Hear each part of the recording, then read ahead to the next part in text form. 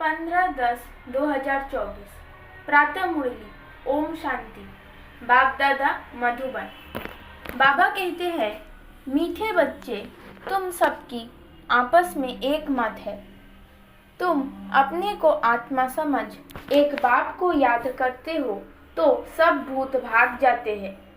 प्रश्न, पद्मा पदम भाग्यशाली बनने का मुख्य आधार क्या है?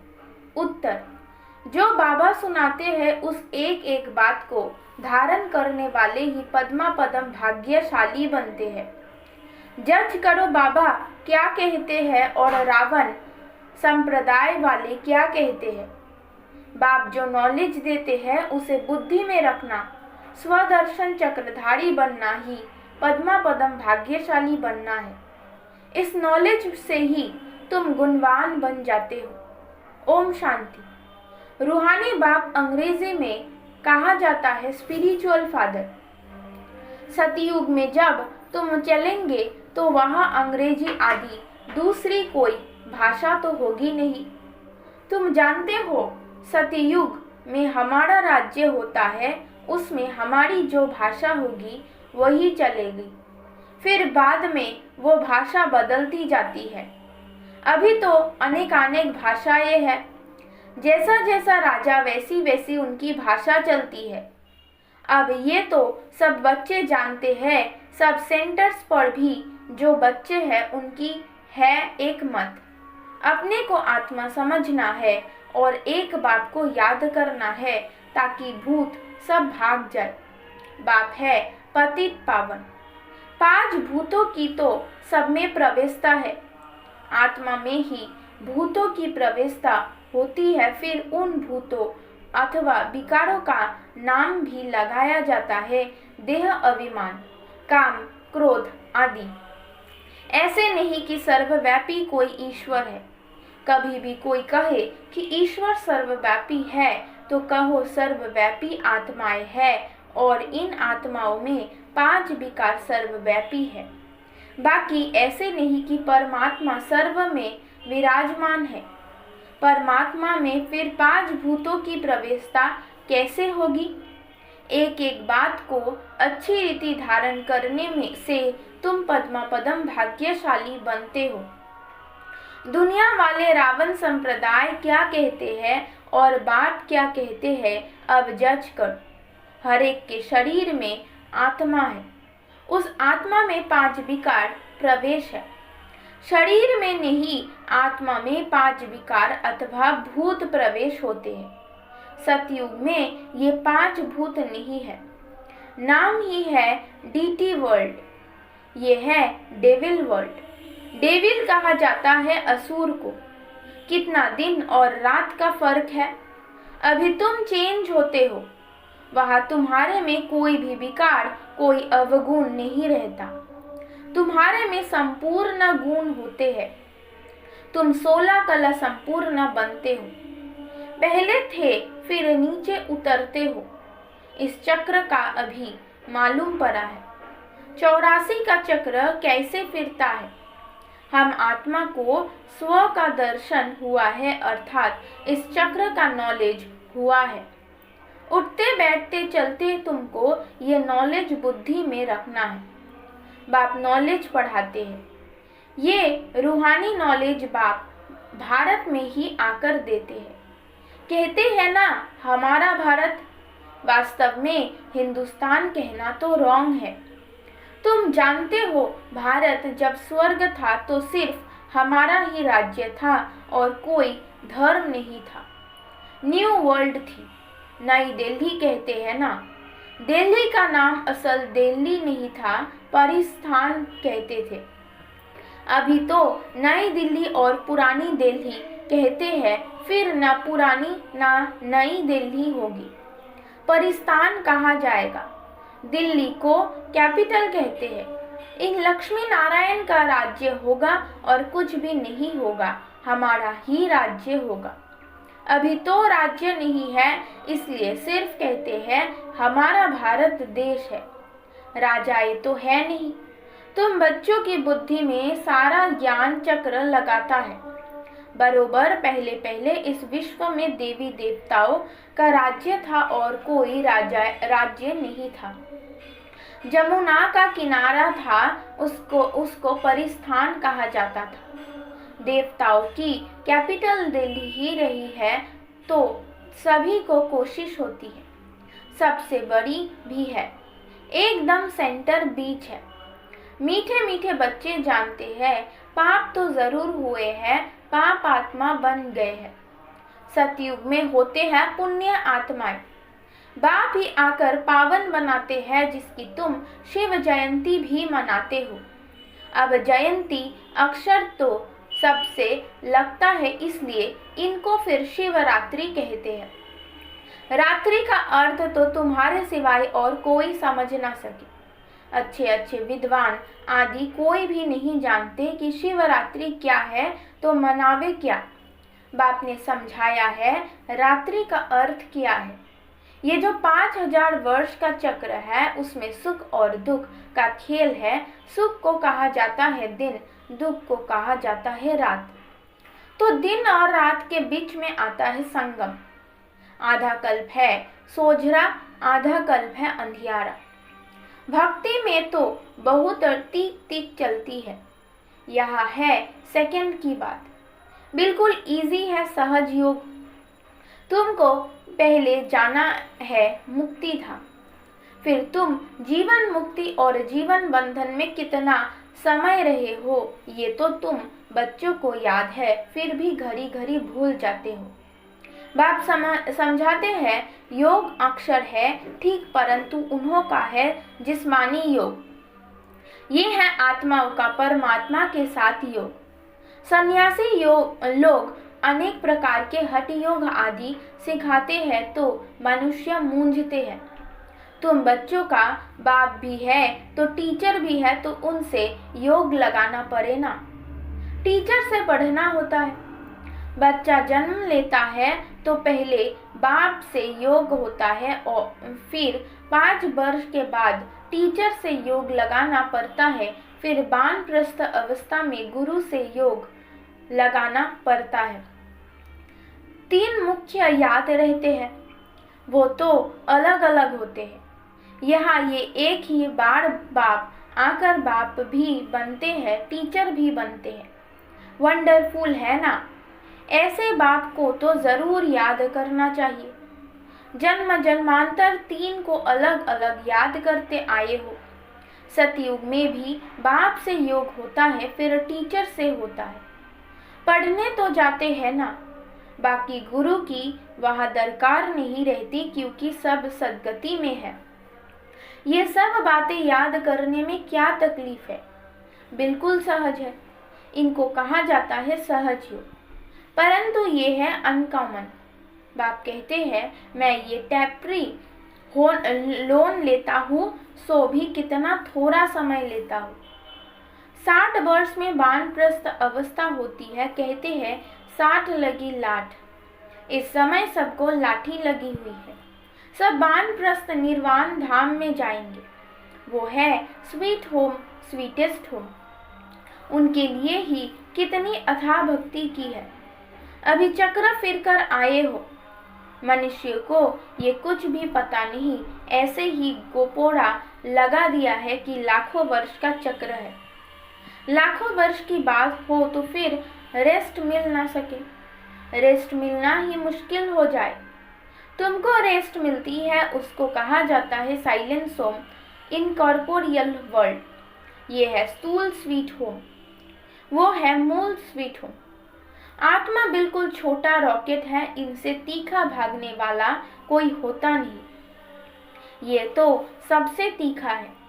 1 सेकेंड में शरीर छूटा और ये भागा, दूसरा शरीर तो तैयार रहता है। ड्रामानुसार पूरे टाइम पर उनको जाना ही है। ड्रामा कितना एक्यूरेट है, इनमें कोई इनएक्यूरेसी है नहीं, ये तुम जानते हो। बाप भी ड्रामा अनुसार बिल्कुल एक्यूरेट टाइम पर आते हैं। 1 सेकेंड का भी फर्क नहीं पड़ सकता है। मालूम कैसे पड़ता है कि इनमें बाप भगवान है। जब नॉलेज देते हैं, बच्चों को बैठ समझाते हैं, शिवरात्रि भी मनाते हैं ना। मैं शिव कब कैसे का आता हूँ वो तुमको तो पता नहीं है। शिवरात्रि कृष्ण रात्रि मनाते हैं, राम की नहीं मनाते क्योंकि फर्क पड़ गया ना। शिवरात्रि के साथ श्री कृष्ण की भी रात्रि मना लेते हैं, परंतु जानते कुछ भी नहीं। यहाँ है ही आसुरी रावण राज्य, ये समझने की बात है। ये तो है बाबा, बूढ़े को बाबा कहेंगे, छोटे बच्चे को बाबा थोड़े ही कहेंगे। कोई कोई लफ्ज से भी बच्चे को बाबा कह देते हैं, तो उन्होंने भी श्री कृष्ण को लव से कह दिया है। बाबा तो तब कहा जाता है जब बड़े हो और फिर बच्चे पैदा करते हो। श्री कृष्ण खुद ही प्रिंस है, उनको बच्चे कहाँ से आए? बाप कहते ही है मैं बुजुर्ग के तन में आता हूँ। शास्त्रों में भी है, परंतु शास्त्रों की सब बातें एक्यूरेट नहीं होती, कोई कोई बात ठीक है। ब्रह्मा की आयु माना प्रजापिता ब्रह्मा की आयु कहेंगे, वो तो जरूर इस समय होगा। ब्रह्मा की आयु मृत्युलोक में खत्म होगी, ये कोई अमरलोक नहीं है। इनको कहा जाता है पुरुषोत्तम संगम युग। ये सिवाय तुम बच्चों के और कोई की बुद्धि में नहीं हो सकता। बाबा बैठ बताते हैं, मीठे मीठे बच्चों तुम अपने जन्म को नहीं जानते हो। हम बतलाते हैं कि तुम 84 जन्म लेते हो। कैसे? तो भी तुमको पता पड़ गया है। हर एक युग की आयु 1250 वर्ष है और इतने इतने जन्म लिए हैं। 84 जन्मों का हिसाब है ना, 84 लाख का तो हिसाब हो ना सके। इनको कहा जाता है 84 का चक्र। 84 लाख की तो बात ही याद नहीं आए। यहाँ कितने अमर अपरंपार दुख है, कैसे दुख देने वाले बच्चे पैदा होते रहते हैं। इसको कहा जाता है घोर नर्क, बिल्कुल छी छी दुनिया है। तुम बच्चे जानते हो, अभी हम नई दुनिया में जाने के लिए तैयारी कर रहे हैं। पाप कट जाए तो हम पुण्य आत्मा बन जाए। अभी कोई पाप नहीं करना है। 1-2 बार काम कटारी चलाना, ये आदि मध्य अंत दुख देना है। अभी ये रावण राज्य पूरा होता है। अभी है कलयुग का अंत। ये महामारी लड़ाई है अंतिम, फिर कोई लड़ाई आदि होगी ही नहीं। वहाँ कोई भी यज्ञ रचे नहीं जाते। जब यज्ञ रचते हैं तो उसमें हवन करते हैं। बाप ने भी ये जो रुद्र यज्ञ रचा, इसमें बच्चे अपने पुरानी सामग्री सब स्वाहा कर देते हैं। अब बाप ने समझाया है, ये है रुद्र ज्ञान यज्ञ। रुद्र शिव को कहा जाता है। रुद्रमाला कहते हैं ना। निवृत्त मार्ग वालों को प्रवृत्ति मार्ग की रस्म रिवाज का कुछ भी पता नहीं है। वो तो घर बार छोड़ जंगल में चले जाते हैं। नाम ही बड़ा है संन्यास। किसका संन्यास? घर बार का। खाली हाथ निकलते हैं। पहले तो गुरु लोग बहुत परीक्षा लेते हैं, काम करते कराते हैं। पहले भिक्षा में सिर्फ आटा लेते थे, रसोई नहीं लेते थे। उन्हों को जंगल में ही रहना है, वहाँ कंद मूल फल मिलते हैं। ये भी गायन है, जब सतो प्रधान सन्यासी होते हैं तब ये खाते हैं। अभी तो बात मत पूछो क्या क्या करते रहते हैं। इसका नाम ही है विशेष वर्ल्ड, वो है वॉइसलेस वर्ल्ड। तो अपने को विशेष समझना चाहिए ना। बाप कहते हैं सतयुग को कहा जाता है शिवालय, वॉइसलेस वर्ल्ड। यहाँ तो सब है पतित मनुष्य, इसलिए देवी देवता के बदले नाम ही हिंदू रख दिया है। बाप तो सब बातें समझाते रहते हैं। तुम असल में हो ही बेहद बाप के बच्चे। वो तो तुम्हें 21 जन्मों का वर्षा देते हैं। तो बाप मीठे मीठे बच्चों को समझाते हैं, जन्म जन्मांतर के पाप तुम्हारे सिर पर है। पापों से मुक्त होने के लिए ही तुम बुलाते हो। साधु संत आदि सब पुकारते हैं, हे पतित पावन अर्थ तो कुछ नहीं समझते, ऐसे ही गाते रहते हैं, ताली बजाते रहते हैं। उनसे कोई पूछे परमात्मा से योग कैसे लगावे, उनसे कैसे मिले, तो कह देंगे वो तो सर्वव्यापी है। क्या यही रास्ता बताते हैं? कह देते वेद शास्त्र पढ़ने से भगवान मिलेगा। परंतु बाप कहते हैं मैं हर 5000 वर्ष के बाद ड्रामा के प्लान अनुसार आता हूँ। ये ड्रामा का राज सिवाय बाप के और कोई नहीं जानते। लाखों वर्ष का ड्रामा तो हो ही नहीं सकता। अब बाप समझाते हैं ये 5000 वर्ष की बात है। कल्प पहले भी बाबा ने कहा था कि मन मना भव, ये है महान मंत्र, माया पर जीत पाने का मंत्र है। बाप ही बैठ अर्थ समझाते हैं, दूसरा कोई अर्थ नहीं समझाते। गाया भी जाता है ना सर्व का सद्गति दाता एक, कोई मनुष्य तो हो ही नहीं सकता। देवताओं को भी बात नहीं है, वहाँ तो सुख ही सुख है, वहाँ कोई भक्ति नहीं करते। भक्ति की जाती है भगवान से मिलने के लिए। सतयुग में भक्ति होती नहीं क्योंकि 21 जन्मों का वर्षा मिला हुआ है। तब गाया भी जाता है दुख में सिमरन, यहाँ तो अथाह दुख है। घड़ी घड़ी कहते हैं भगवान रहम करो। ये कलयुगी दुखी दुनिया सदैव नहीं रहते। सतयुग त्रेता पास्ट हो गए हैं, फिर होंगे। लाखों वर्ष की तो बात भी याद नहीं रह सकती है। अब बाप तो सारी नॉलेज देते हैं, अपना परिचय भी देते हैं और रचना के आदि मध्य अंत का राज भी समझाते हैं। 5000 वर्ष की बात है, तुम बच्चों को ध्यान में आ गया है। अभी तो पराये राज्य में हो। तुमको अपना राज्य था, यहाँ तो लड़ाई से अपना राज्य लेते हैं, हथियारों से मारा मारी से अपना राज्य लेते हैं। तुम बच्चे तो योग बल से अपना राज्य स्थापन कर रहे हो। तुम्हें सतो प्रधान दुनिया चाहिए। पुरानी दुनिया खत्म हो नहीं, नई दुनिया बनती है। इसको कहा जाता है कलयुग, पुरानी दुनिया।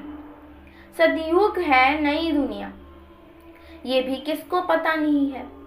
सन्यासी कह देते ये आपकी कल्पना है। यहाँ ही सतयुग है, यहाँ ही कलयुग है।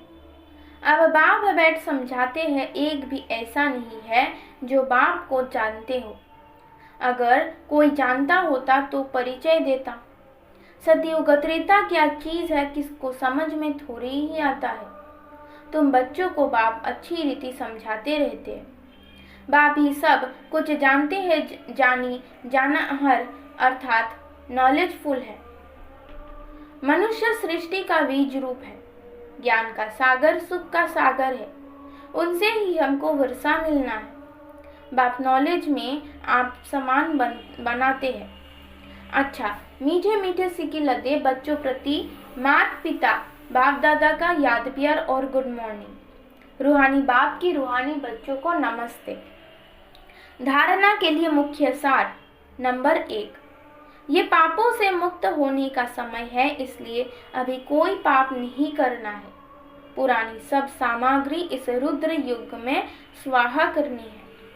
नंबर 2, अभी वानप्रस्थ अवस्था है, इसलिए बाप टीचर के साथ साथ सदगुरु को भी याद करना है। स्वीट होम में जाने के लिए आत्मा को सत्व प्रधान पावन बनाना है। वरदान, अपनी सूक्ष्म कमजोरियों को चिंतन करके परिवर्तन करने वाले स्वचिंतक भव। सिर्फ ज्ञान की पॉइंट्स रिपीट करना, सुनना व सुनाना ही स्वचिंतन नहीं है, लेकिन स्वचिंतन अर्थात अपनी सूक्ष्म कमजोरियों को, अपनी छोटी छोटी गलतियों को चिंतन करके मिटाना, परिवर्तन करना, ये है स्वचिंतक बनना। ज्ञान का मनन तो सभी बच्चे बहुत अच्छा करते हैं, लेकिन ज्ञान को स्वयं के प्रति यूज कर धारणा स्वरूप बनना, स्वयं को परिवर्तन करना, इसका ही मार्क्स फाइनल रिजल्ट में मिलती है। स्लोगन, हर समय करण करावनहार बाबा याद रहे तो मैं पन का अभिमान नहीं आ सकता। ओम शांति।